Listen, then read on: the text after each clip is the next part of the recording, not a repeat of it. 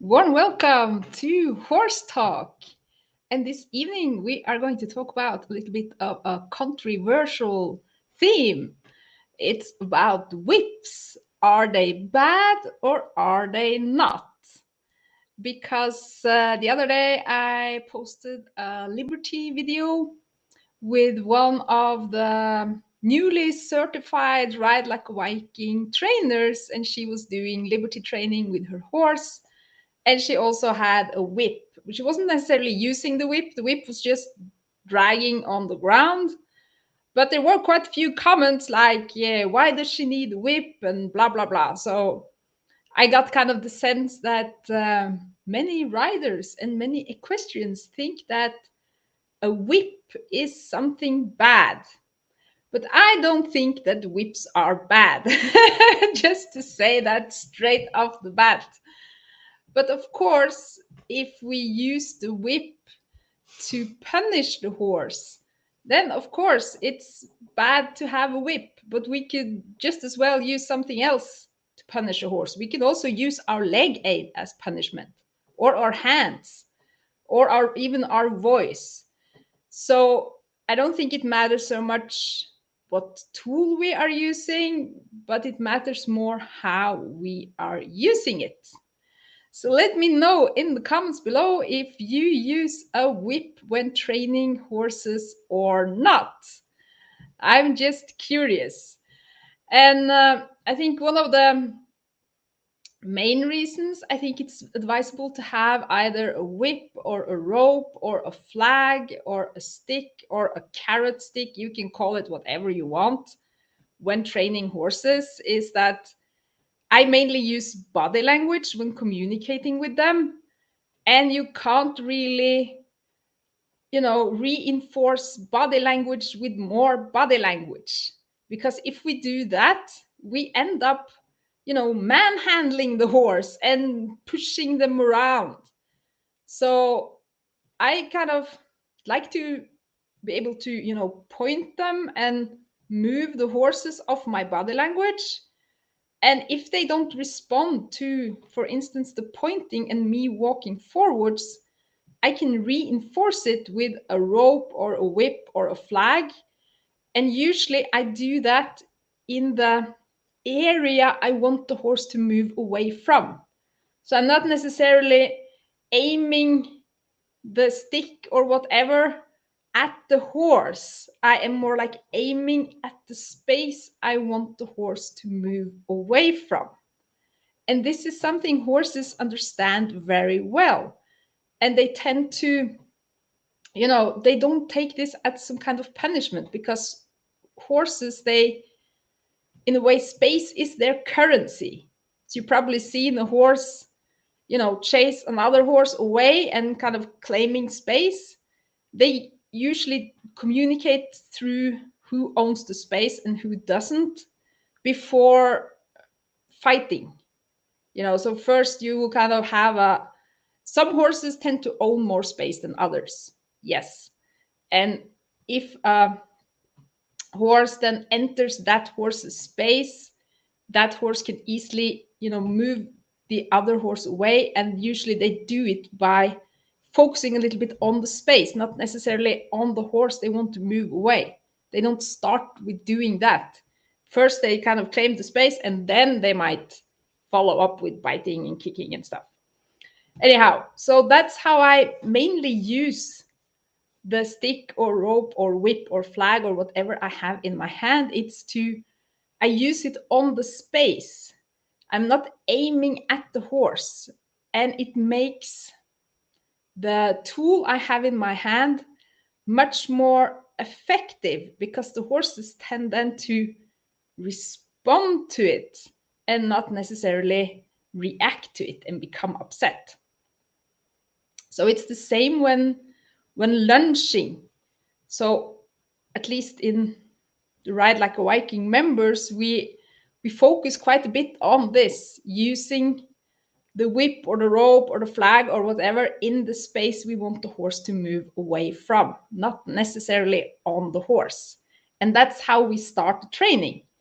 And since we use body language first, and we have a follow-up cue later, the horse is going to respond to our body language, if that makes sense. But a horse will never respond to our body language if we use the whip first and body language later. And I see that a lot when people, they are doing all the signaling with the whip or the stick or the flag or whatever they have in their hand. They're not using their body language first. And then the horse is, of course, not going to respond to the body language and only respond to the whip. And often these horses tend to either become like dull to the whip because it's used so much all the time, or they tend to become reactive to the whip because the whip comes like without any warning. It's like, giddy up, and then straight to the whip, and often aiming at the horse and not necessarily on the space they want the horse to move away from. Yes, and there's actually a video of this in the blog where I teach a mare who is afraid of the whip to become comfortable with the whip. Because you can't really use a whip with a horse who is afraid of it. Then the tool doesn't work because the horse is scared of it, and the horse is going to become tense and reactive every time you use it. So there's a video there of how I train her to be comfortable and not so reactive to the whip. And I think sometime during the video, I also say, I don't think this mare has been like abused, like someone has tied her to a tree and started whipping her just to be cruel. I think what has happened is that the whip has always been used when launching her and without any body language first. There hasn't been any sequence of cues. So it was been like the whip all the time to go forwards and to stop and to turn around. And since there's no sequence of cues and no kind of rhythm and no warning, she was getting more and more tense about this whip that suddenly came here and suddenly there, and were kind of giving these signals out of nowhere. So by then training her in a way where I point and I step and I clock, and then I use the whip at the area I want her to move away from, she gets a sequence of cues, which I think makes sense to most riders, especially when they are riding. Because if you're riding a horse, you ask for forward, you might use your seat aid and your leg aid, and then you might clock, and then you might follow up with the stick. But you don't go straight to the stick. But during groundwork, I see quite a few people doing that. And I think it's just because they haven't learned how to use body language when communicating with horses. So definitely, I recommend having something in your hand to follow up your body language, so you don't, end up manhandling the horse. Yes, when working with the horse on the ground.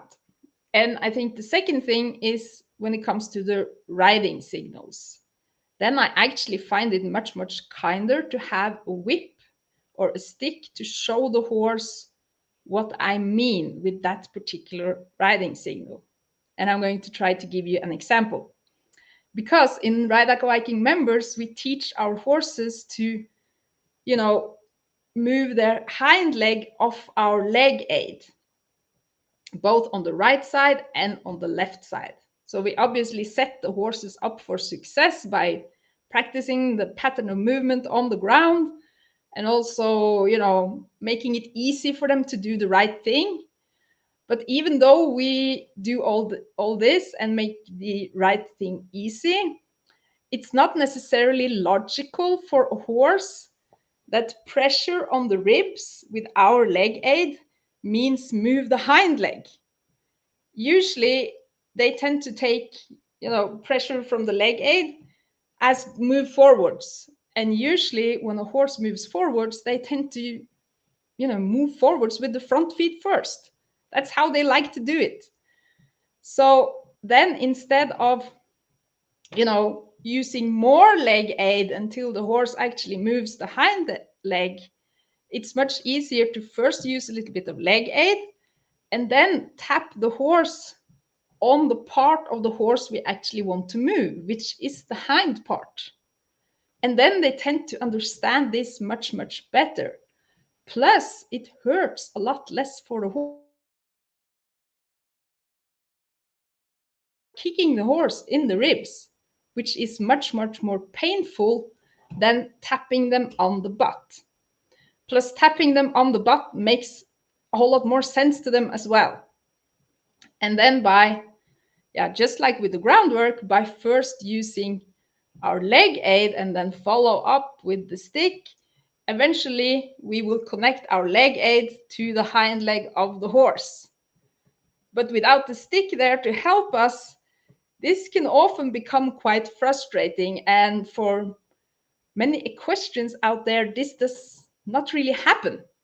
We are riding around with a forward aid that just means forward. It doesn't necessarily mean use the hind legs. And that can make riding a whole lot more difficult than it needs to be. And especially since horses tend to move up with their front legs first. The hind legs can be a bit hard to reach. So that's a situation where I definitely find it kinder to bring in a stick and show the horse which part of the body I actually mean when I use my leg aid. And today I was using the stick as well when ponying the trotter. She's now learning how to come along as a hand horse. And I don't have any assistant, riding with me or anything to ask her to go forwards if she drags behind or anything. So I'm basically relying on myself and a stick. And since I have taught her, like, if the whip is kind of behind her shoulder, that means forward. And if I wave the whip like in front of her head, like this, that means slow down and go backwards. So since I have taught her this in the paddock, first on the ground and then when riding, I can use these signals when out on a trail ride with her. So that when she was, going against and dragging behind, which she can do, I could, take the stick behind my back and ask her to move forwards by then using the stick behind her drive line. Not like beating her, but it's a signal I can use when riding the other horse. And since she understands it, she will then move forwards and she will then get a release from the rein aid. So that she's not kind of dragging along. And I can't, I'm not stronger than her. I can drag her along. That would be much more painful for her than to move forwards and then find the slack. And the same when she then, a couple of minutes later, she was rushing and leaning on the reins. If I try to hold her back with the reins, she can just lean more and more and go faster and faster. It is after all trotter.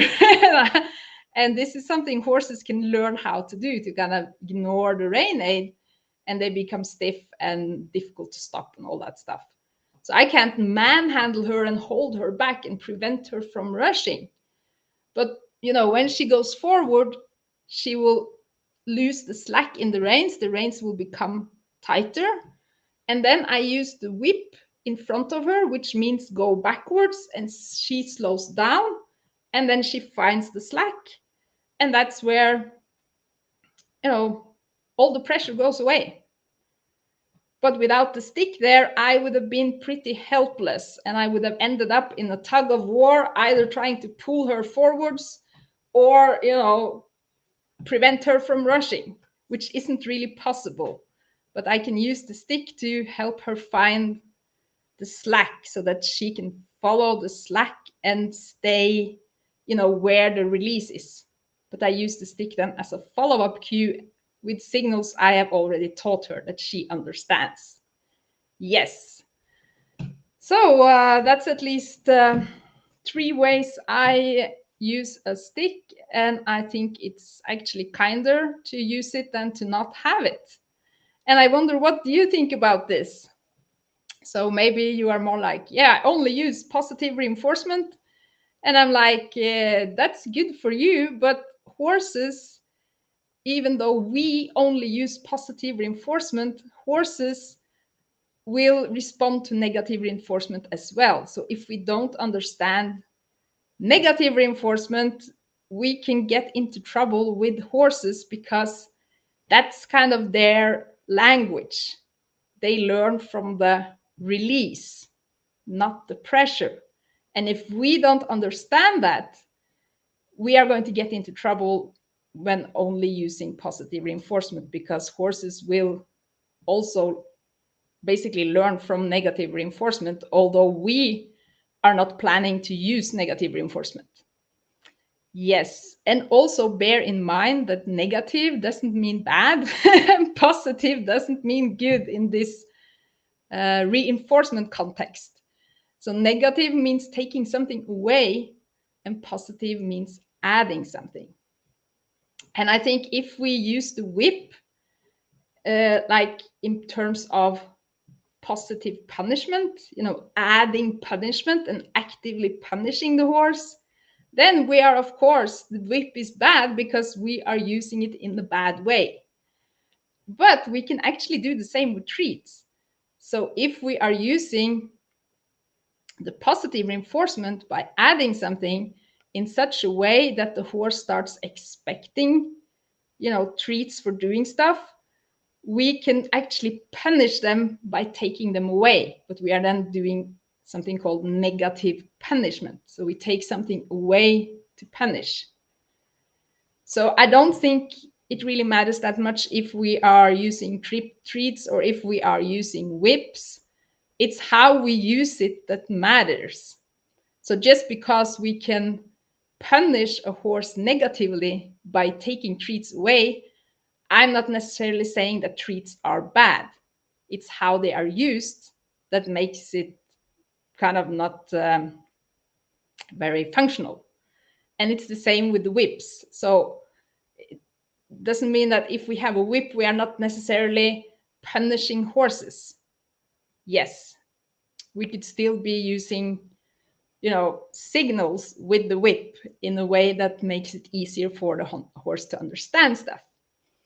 Okay, so I hope this helps. And yeah, if your horse is afraid of the whip, then maybe you want to check out the blog. I think it's called How to Make Your Horse Braver and Less Spooky. And I can share the link below, and it shows how I teach a mare who is scared of the whip to become comfortable with the whip and even follow it, so that I can use it to give signals. And so that she is actually then responding to it and not reacting to it, which is very, very important. Because although we are not necessarily, attempting to scare the horse with the whip, if the horse is scared of the whip, we need to fix it before we can use the whip. Yeah, the same with the trotter. When I brought her as a hand horse today, if she had been scared of the whip, I could not have used it to ask for forward or used it to get her to slow down and stay more behind. Then, she would just become reactive and either shut down and ignore it completely or explode. Yes, so that could be something for you, and I will share it in the comments. And it's very helpful. And I've heard horses who've been scared of whips for years. And by doing this exercise, they suddenly are not scared of the whip anymore, which is, of course, very helpful, because although we are then not maybe necessarily using a whip, others around us might be using it and scare the horse unintentionally. And if horse is afraid of something, if we can help them become comfortable with it, we can help them feel better. Yes, so thank you so much for watching this evening. So nice of you to join. And let me know in the comments if you think whips are bad. Yes or not. Simple yes or no would be awesome. So I mainly though like to kind of clear up this misconception a little bit. Yes. And help you succeed with your horse. So thank you so much for watching this evening, and see you next time. Bye for now.